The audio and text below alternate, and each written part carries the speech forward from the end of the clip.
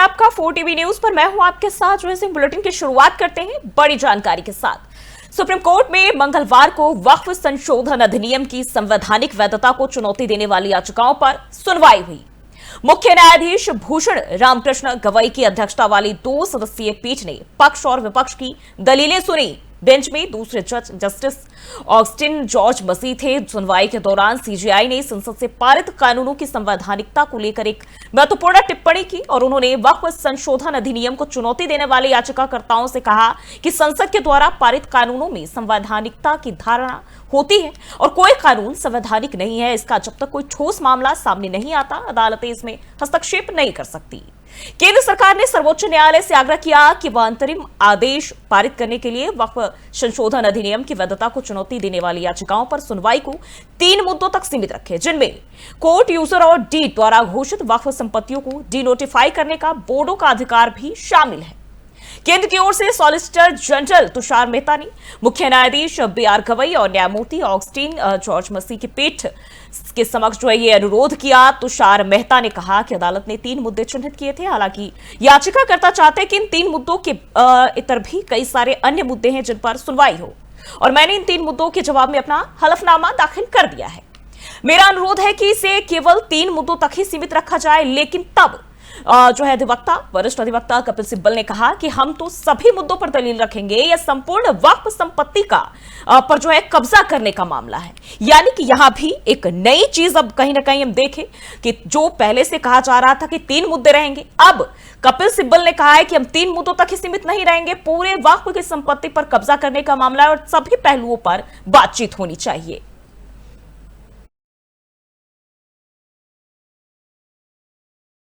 आपको बताते चले, वक्फ कानून पर सीजेआई ने लक्ष्मण रेखा खींच दी है, लेकिन अब इस पर फिर से सुनवाई होगी और लगातार नए नए पहलू इसमें जो है वो जुड़ते जा रहे हैं, चीजें निकल के सामने आती जा रही है। हालांकि कोर्ट का फैसला क्या होगा ये बड़ा ही दिलचस्प है और हर किसी के अंदर यही सवाल बना हुआ है। और इसी पर बातचीत करने के लिए हमारे साथ शाहिद रजा हुसैन रिजवी वरिष्ठ पत्रकार जुड़ चुके हैं। बहुत बहुत स्वागत है सर आपका। जिस तरीके से हम देखें, आज कोर्ट की तरफ से जो कुछ कहा गया है उसको किस तरीके से देखा जाए? सुप्रीम कोर्ट की तरफ से जो भी बातें कही गई है, जो टिप्पणियां की गई है, कोर्ट की तरफ से टिप्पणी क्या की गई है वो तो मुझे जानकारी नहीं है जी। क्या टिप्पणी की है तो इसके उस पर तो नहीं बता सकता हूँ। लेकिन वह संशोधन बिल जो आया है 2024 का और पास भी हो गया है, ये बहुत ही अच्छे तरीके का बिल है। इसमें किसी भी मुसलमान को न गुमराह होने की जरूरत है, न परेशान होने की जरूरत है, क्योंकि वही लोग जो है इसका विरोध कर रहे हैं। हमें ऐसा महसूस होता है कि जो वक्फ से डायरेक्ट फायदा ले रहे थे जी, वही लोग कह रहे थे साहब मुसलमानों की मस्जिद, कब्रिस्तान, दरगाह, ईदगाह सब छीन जाएगा और ये बिल पास हो गया तो दिक्कत हो जाएगी मुसलमानों को। कहीं ऐसा नहीं है, ये सोच बिल्कुल गड़बड़ है। आप देखिए सीए एनआरसी वाला जब पास हुआ था तो विपक्ष के लोगों ने, विपक्षी पार्टियों ने जो है वो शाहीन बाग में धरना दिया और मुसलमानों को समझाया कि भाई ऐसा है, इस देश से तुम अब जो है वो निकाल दी जाओगे, इस देश से तुम चले जाओगे और तुम्हारा जो है वो नागरिकता छीन ली जाएगी जी। लेकिन आप बताइए सीए एनआरसी जो इतने दिन हो गया पास हुए, कौन मुसलमान इस देश से निकाला गया, कौन मुसलमान इस देश से भगाया गया? आप समझिए सीए एनआरसी की नागरिकता 3 पेज का जो वो एक्ट था उसको ठीक से पढ़ा नहीं। आम जनता को, आम जनता में मुसलमानों को डायरेक्ट गुमराह करने के लिए बात की गई। उसमें तो खाली यही बात था कि साहब बांग्लादेश, अफगानिस्तान और पाकिस्तान में जो अल्पसंख्यक सताए जा रहे हैं या परेशान हो रहे हैं, वो अगर हिंदुस्तान में अपनी नागरिकता लेना चाहें तो हिंदुस्तान की सरकार जो है उनको नागरिकता बड़े आराम से दे देगी, उसके लिए कोई दिक्कत नहीं है। इसमें कहीं मुसलमानों की बात ही थी नहीं कि मुसलमानों को परेशान की गई। हुआ जब समझिए कि वक्त वो 3 तलाक का मसला आया। 3 तलाक के मसले के लिए मैं कहता हूँ कि 70-75 साल से ये मुसलमान जो है, जो उसके आलिम दीन है, वो आलिम दीन कहाँ बैठे हुए थे? वो क्यों नहीं मुसलमानों को समझाते थे कि साहब जो कुरान शरीफ का तुम्हारा 28वां पारा है, सूरा नंबर 65 है, सूरह तलाक, जिसमें 12 आयतें हैं, इसमें साफ लिखा है कि कैसे तलाक होगा। एक बार चीजा पढ़ेंगे तलाक का, दूसरी बार पढ़ेंगे, तीसरी बार पढ़ेंगे, 2 गवाहों के सामने पढ़ेंगे, तब आपका जो है वो मुकम्मल होगा तलाक। सुप्रीम कोर्ट ने उसी कुरान शरीफ की रोशनी के तहत जो है फैसला दिया। आप देखिए कि जो है ये तलाक तलाक तलाक जिस तरीके से ये मुसलमानों के लिए झटके का गोश हराम है, ये तलाक तलाक तलाक कहना ये भी हराम है। जो है सुप्रीम कोर्ट ने तलाक देने के लिए नहीं मना किया, लेकिन तलाक का तरीका गलत था मुसलमानों का, इसलिए जो है उसने एक जजमेंट दिया। तो कहीं ना कहीं मुसलमानों को जो है वर्गवानी की बात विपक्ष समझ पाता नहीं, पता नहीं किस दृष्टि से, किस कोण से वो देखता है और समझता है। आप देखिए कि वक्त संशोधन होने के बाद, कानून पास होने के बिल्कुल, और कई लोग इसके समर्थन में भी है, हालांकि कई लोग इसका खिलाफ लगातार इसके खिलाफ आवाज भी उठा रहे हैं। सब डिजिटलाइज हो जाएंगी जी, डिजिटलाइज हो जाएंगी। आप समझिए बड़ी बड़ी दुकानें, आप समझिए जो वक्त की संपत्तियां हैं उनके करबलाओं के बाहर, उनकी मस्जिदों के बाहर जो दुकानें हैं, आज तक दुकानों का किराया किसी का 2 रुपया, किसी का 100 रुपया, किसी का 5 रुपया। अच्छे एरिया में है, अगर वो दुकान की सही कीमत लगाई जाए तो 20,000 रुपए, 10,000 रुपए, 5,000 रुपए किराया मिलेगा। तो वो चीजें नहीं मिल रही थी। और दूसरे वक्त की जो जमीनें थी, उन जमीनों को खुर्द बुर्द किया जा रहा था, यानी वो बेचा जा रहा था, अपार्टमेंट बन रहे थे, उसमें कई मंजिला मकान बन रहे थे। तो जो बुनियाद था, क्योंकि वक्त जो है वो खालिस फी सबीलिल्लाह, यानी खालिस अल्लाह के वास्ते इस्तेमाल होगा। यानी जो यतीम है, जो असीर हैं, जो बेवा होते हैं, उनकी मदद के लिए स्कूल खोले जाए, उनको जो बेवाएं उनको सिलाई मशीन दी जाए, उनको रोजगार से उनको जोड़ा जाए, और अस्पताल खोले जाए, अच्छे हॉस्पिटल खोले जाए, अच्छे कॉलेजेस खोले जाए। इवन इतनी जमीनें वक्त में है कि यूनिवर्सिटीज खुल सकती है, बिल्कुल, लेकिन उसका कहीं जो है वक्त संशोधन के बाद से, वक्त बिल जब से पारित हुआ तब से कहीं भी इसका कोई अच्छे तरीके से बिल्कुल ना जिक्र किया जाता है और ना ही इसकी खोजबीन करने वाला है कोई। और जब ये मसला सामने आया है तो वही लोग इसका विरोध कर रहे हैं जिनको इससे फायदा है। देखिए, ऐसा जो विरोध करने वाले लोग हैं, देखिए विरोध तो किसी चीज का भी हो जाएगा। विरोध तो ऐसा है कि जब समाज में कोई चीज होती है तो पक्ष के लोग भी होते हैं, विरोध के पक्ष भी होते हैं। लेकिन अगर विरोध उसका जो है पॉजिटिव वे में हो रहा है, विरोध खाली इसलिए हो रहा है कि साहब सत्ता पक्ष ने कानून लाया इसलिए हम विरोध करेंगे, तो ये बहुत अच्छी बात नहीं है जी। लेकिन अगर सत्ता पक्ष कोई अच्छी चीज लाया है तो पक्ष को भी सहयोग करना चाहिए। लेकिन अगर पक्ष जो है वो विपक्ष सहयोग करना शुरू कर देगा तो आम जनता कहना शुरू करेगी भैया ये तो सरकार की हाँ में हाँ मिला रहे हैं, इनको वोट देने से क्या फायदा, हम सत्ताई पक्ष को ना वोट दे दें, ये तो अपना विरोधी पक्ष रख ही नहीं रहे। तो ये जानबूझ के विरोध पक्ष रखा जाता है क्योंकि समाज के अंदर पक्ष विपक्ष है, तो इसलिए जानबूझ के रखते हैं। लेकिन जो वक्त संशोधन हुआ है, संशोधन के बाद एक पारित हुआ है, महामहिम राष्ट्रपति महोदय जी ने उस पर साइन किया है। अब ये अच्छा है कि सुप्रीम कोर्ट चला गया, सुप्रीम कोर्ट भी अपनी कानूनी दृष्टि से उसका आंकलन कर लेगा और आंकलन करने के बाद उसका जजमेंट जो भी पारित करेगा, हमें लगता है कि वो मुसलमानों के हक में होगा और वक्त के हक में होगा। बिल्कुल, बहुत बहुत शुक्रिया आपका हमारे साथ बातचीत करने के लिए। तो अभी आपने सुना किस तरह से उन्होंने बताया कि इससे किसी को जो है बरगलाने की कोशिश ना किए जाए, क्योंकि ये मुद्दा इतना भी जो है इसलिए नहीं चर्चा में बना रह सकता है कि सत्ता पक्ष की तरफ से लाया गया है, इसमें विपक्ष भी अपनी भूमिका निभा रहा है। हालांकि अगर हम वक्फ बिल की बात करें तो उन्होंने साफ तौर पर यह कहा है कि इससे किसी तरह का नुकसान नहीं है, ये जो इसका मकसद है कहीं ना कहीं उसी चीज को वापस दिया जा रहा है जो गरीब के लिए है, जिन्हें जरूरत है उनमें कहीं ना कहीं इसका इस्तेमाल किया जाए। और विरोध की बात करें तो विरोध वो लोग कर रहे हैं जो इसको छुपाकर अब तक रखे आ रहे थे, जिनको इससे किसी तरह का फायदा हो रहा था, कहीं ना कहीं वो लोग इसमें शामिल रहे और वो अभी भी नहीं चाहते कि ये पूरी तरह से खुलकर ये तमाम चीजें जिनके हक की है उनके हक में जा सके।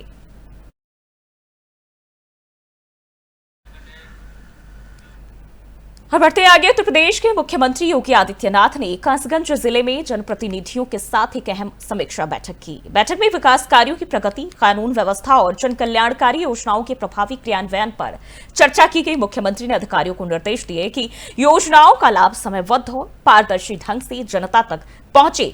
जनप्रतिनिधियों से जो है क्षेत्रीय समस्याओं और सुझावों को सामने रखा। योगी ने विश्वास दिलाया कि सरकार जनता की अपेक्षाओं पर खरा उतरेगी।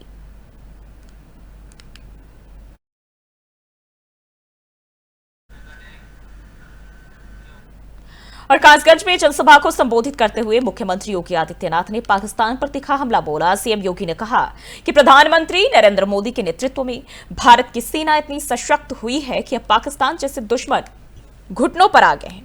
उन्होंने कहा कि अगर आज भारत का हर नागरिक सुरक्षित है तो उसके पीछे मजबूत सेना है। योगी ने दावा किया कि पिछले 10 सालों से सेना के आधुनिकीकरण पर जितना काम हुआ है उतना पहले कभी नहीं हुआ।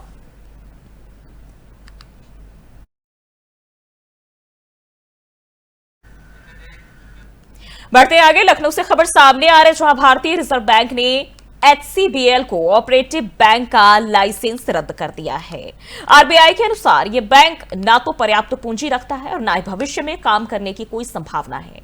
इसके अलावा बैंक ने बैंकिंग विनियम अधिनियम 1949 के नियमों का भी उल्लंघन किया था और इसी वजह से आरबीआई ने तुरंत प्रभाव से बैंक की सभी गतिविधियां जैसे जमा स्वीकारना और निकासी बंद करने का आदेश दिया है। यह कदम आरबीआई की उन सख्त नीतियों का हिस्सा है जो कोऑपरेटिव बैंकों को मजबूत बनाने और वित्तीय स्थिरता सुनिश्चित करने के लिए उठाए जा रहे हैं।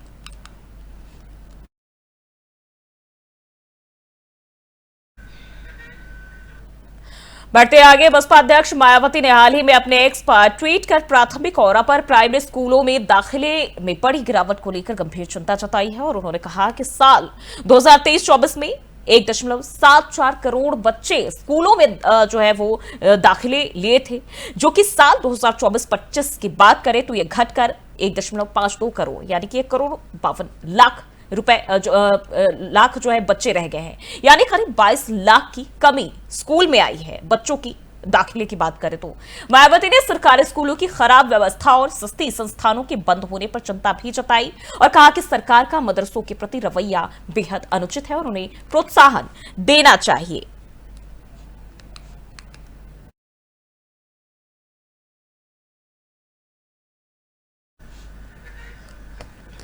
बढ़ते आगे, लखनऊ के पीडब्ल्यूडी मुख्यालय में तैनात मुख्य अभियंता रामनाथ सिंह पर अब भ्रष्टाचार के गंभीर आरोप लगे हैं। खास बात यह है कि आरोप किसी विपक्षी नेता ने नहीं बल्कि खुद सरकार के 2 मंत्री और एक बीजेपी विधायक ने लगाए हैं। मंत्री बलदेव औलख और मयंकेश्वर शरर के साथ साथ बीजेपी विधायक वीर विक्रम सिंह ने मुख्यमंत्री योगी आदित्यनाथ को पत्र लिखकर शिकायत की है, जिसमें आरोप लगाया है कि विभागीय कामों में भारी गड़बड़ी और भ्रष्टाचार हो रहा है। अब देखने वाली बात यह होगी कि सरकार अपने ही अफसर के खिलाफ क्या कदम उठाती है।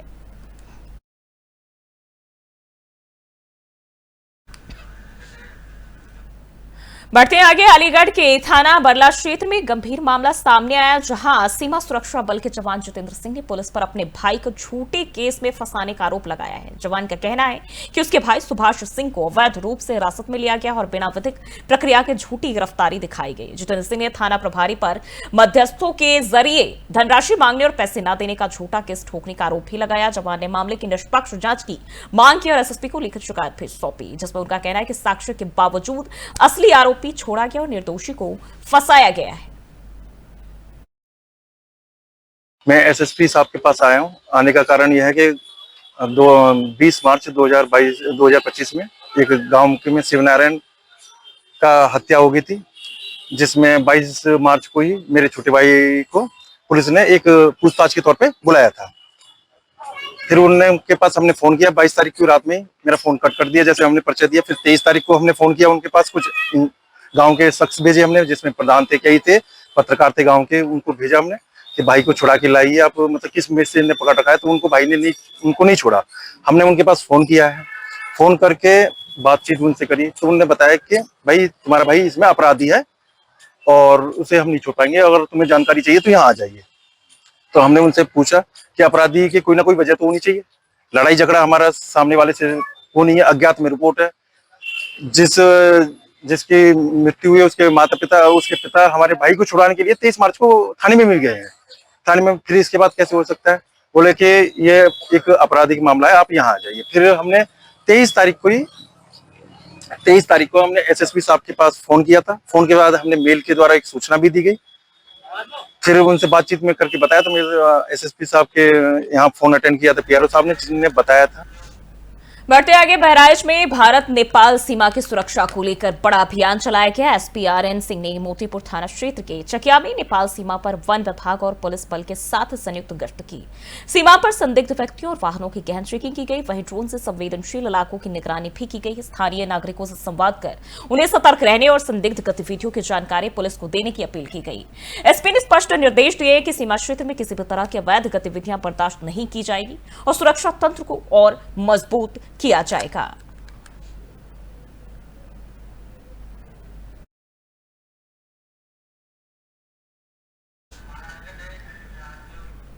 और कन्नौज में रुचि गुप्ता की मौत मामले में पुलिस बर्बरता को लेकर आक्रोश फूट पड़ा है। राष्ट्रीय वैश्य स्वाभिमान संघ के पदाधिकारी कलेक्ट्रेट पहुंचे और डीएम को राज्यपाल के नाम ज्ञापन सौंपा। संघ ने ज्ञापन में दोषियों पर कार्रवाई और अस्पताल पर बुलडोजर चलाने की मांग की है। डॉक्टर वैभव दुबे समेत अस्पताल स्टाफ पर सख्त कार्रवाई की मांग उठी है। पुलिस पर सुनियोजित लाठीचार्ज का आरोप लगाते हुए संघ ने न्यायिक जांच की मांग की और चेतावनी दी है कि न्याय न मिलने पर आर पार की लड़ाई लड़ी जाएगी।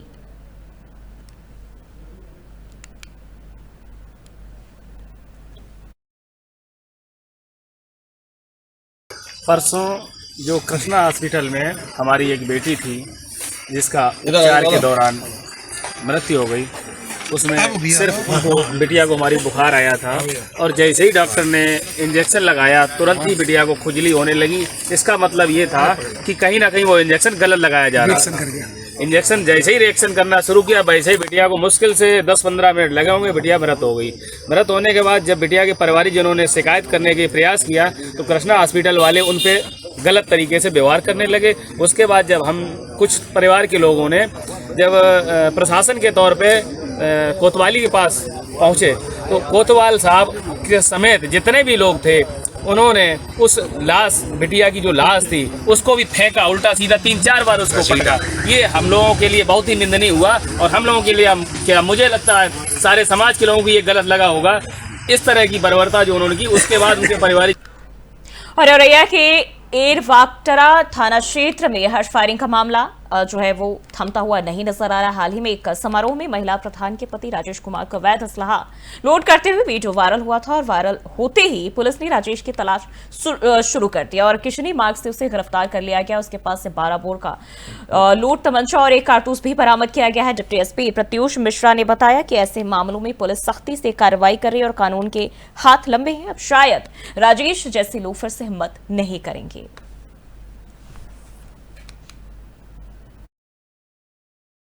अवगत कराना है कि दिनांक 18/5/2025 को अवैध असले के साथ सोशल मीडिया पर एक वीडियो वायरल हो रहा था जो कि थाना एरवाकटरा अंतर्गत ग्राम पुकरकाट का बताया जा रहा था। वायरल वीडियो का संज्ञान लेते हुए पुलिस अधीक्षक महोदय औरैया द्वारा अवैध असले के विरुद्ध चलाए जा रहे निरंतर अभियान के क्रम में एरवाकटरा पुलिस द्वारा राजेश कुमार उम्र करीब 48 वर्ष पुत्र छोटे लाल निवासी देवरा पुकरकाट को गिरफ्तार कर मुकदमा अपराध संख्या 74/25 धारा 3/25 आर्म्स एक्ट पंजीकृत कर न्यायालय के माध्यम से जेल भेजा गया है।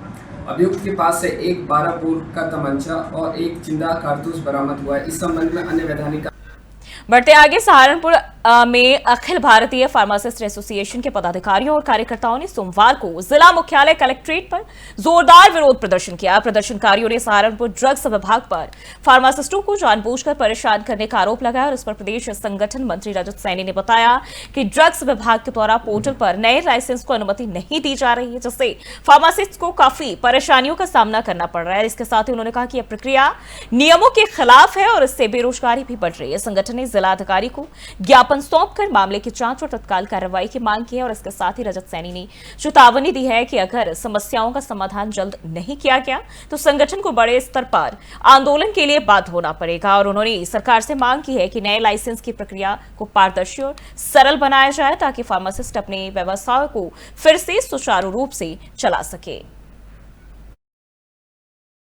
मैं रजत सैनी, अखिल भारतीय फार्मासिस्ट एसोसिएशन प्रदेश संगठन मंत्री। क्या प्रदर्शन है आज जो यहाँ पर जिला सहारनपुर में हमारे जो जिला अध्यक्ष संदीप आर्य जी, मंडल अध्यक्ष प्रवीण डवल जी, उनके द्वारा सूचना मिली थी कि पिछले काफी समय से यहाँ पर फार्मासिस्टों को परेशान किया जा रहा है कृषि विभाग द्वारा, क्योंकि एक जो उनका ड्रग लाइसेंस होता है, उनका एक समय सीमा है शासन के आदेश अनुसार 15 दिन। 15 दिन के अंदर शासन के आदेश अनुसार ड्रग लाइसेंस का आवेदन या तो रिजेक्ट होना चाहिए अगर उसके डॉक्यूमेंट में कोई त्रुटि है, या स्वीकार होना चाहिए। लेकिन यहाँ पर पिछले 1 महीने से इसके उलट हो रहा है कि 30 से 40 दिन उसके आवेदन रुकवाए जा रहे हैं। उसके बाद उसका निरीक्षण होता है, निरीक्षण के दौरान उसके आवेदन में कुछ खामियां निकाल दी जाती है। उसके बाद 40 दिन के बाद, 30 दिन के बाद, 35 दिन के बाद उनके आवेदन रिजेक्ट कर दिए जाते हैं। जब बच्चा ड्रग्स विभाग में पूछने के लिए आता है तो उसको सही से नहीं बताया जाता, उसको बोला जाता है कि आप जाकर पोर्टल पर चेक करो। बढ़ते आगे, अलीगढ़ के थाना रोरावत क्षेत्र में एक महिला को गोली मारे जाने की घटना से हड़कंप मच गया और सूचना मिलते ही पुलिस मौके पर पहुंची। घायल महिला को इलाज के लिए JNMC में भर्ती कराया गया और इस मामले में पुलिस ने जल्द एक्शन लेते हुए आरोपी को हिरासत में ले लिया है। फिलहाल आरोपी के खिलाफ वैधानिक कार्रवाई की जा रही है। दिनांक 20/5/2025 को पुलिस को दिन में करीब 1 बजे सूचना प्राप्त हुई कि शांति निकेतन कॉलोनी डबल टंकी शाजमाल में एक महिला माजिदा की गोली लग गई है। पुलिस द्वारा मौके पर जुनैद उनके द्वारा गोली मारी गई, उनको हिरासत में लिया गया है। माजिदा को अग्रिम विधिक उपचार के लिए JNMC अस्पताल रेफर कर दिया गया है, जहाँ उनका उपचार चल रहा है। बाकी अभी मौके की शांति फील्ड यूनिट की टीम द्वारा मौके का स्थलीय परीक्षण। और जौनपुर के मुंगरा बादशाहपुर थाने में उस वक्त हड़कंप मच गया जब वहां भीषण आग लग गई और आग इतनी तेजी से फैली कि थाना पूरी तरह उसकी चपेट में आ गया।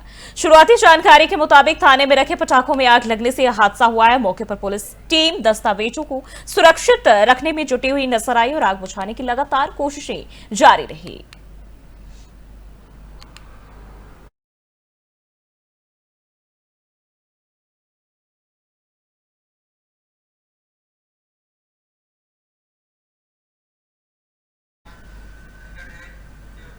बढ़ते आगे, बिजनौर के धामपुर क्षेत्र में उस वक्त सनसनी फैल गई जब पोशाक नहर के पास एक युवती की शव बरामद किया गया।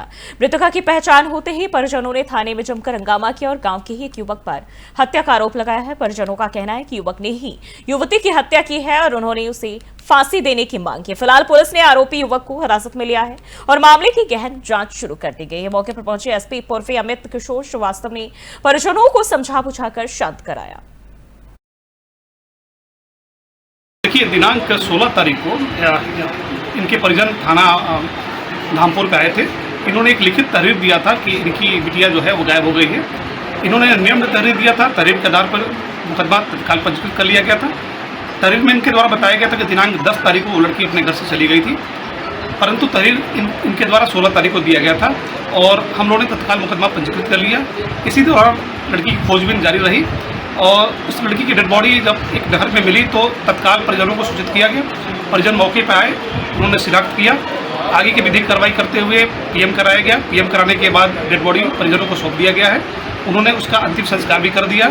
इसके बाद विवेचना आगे जारी की गई। जिस व्यक्ति को उन्होंने नेम्ड किया है उस व्यक्ति से भी पूछताछ की जा रही है। बढ़ते आगे, बुलंदशहर के ककोर थाना क्षेत्र के गांव सुनपेड़ा में नहर में नहाने के दौरान एक 12 साल का शहजाद डूब गया और घटना को 18 घंटे बीत चुके, लेकिन अभी तक उसका कोई सुराग हाथ नहीं लगा है। रेस्क्यू ऑपरेशन में स्थानीय गोताखोरों के साथ PAC प्लाटून और NDRF की टीम लगी हुई है। मौके पर SDM सिकंदराबाद संतोष कुमार और CO पूर्णिमा सिंह ने पहुंचकर स्थिति का जायजा लिया। फिलहाल राहत और बचाव कार्य लगातार जारी है।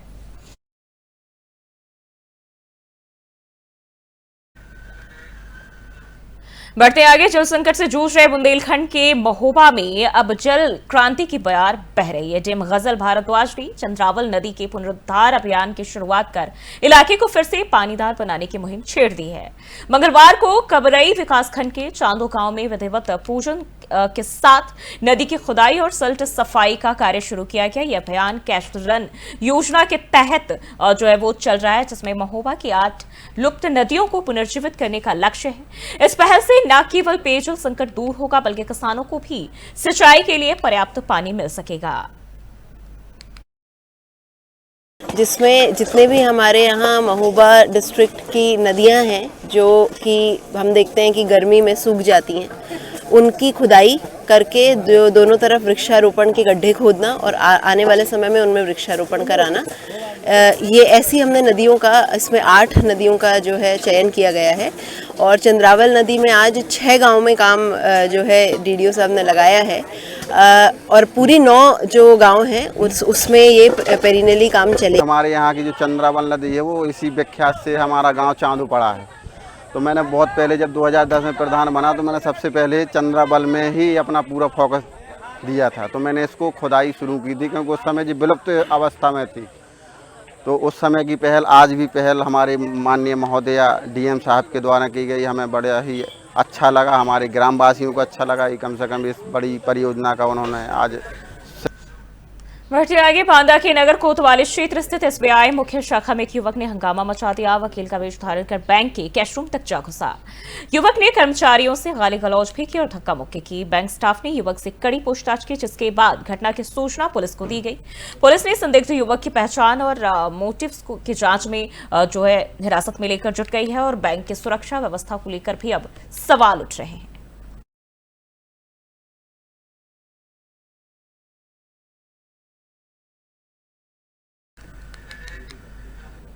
फिलहाल के लिए बुलेटिन बस इतना ही। देश और दुनिया की तमाम खबरों के लिए देखते रहिए 4TV न्यूज।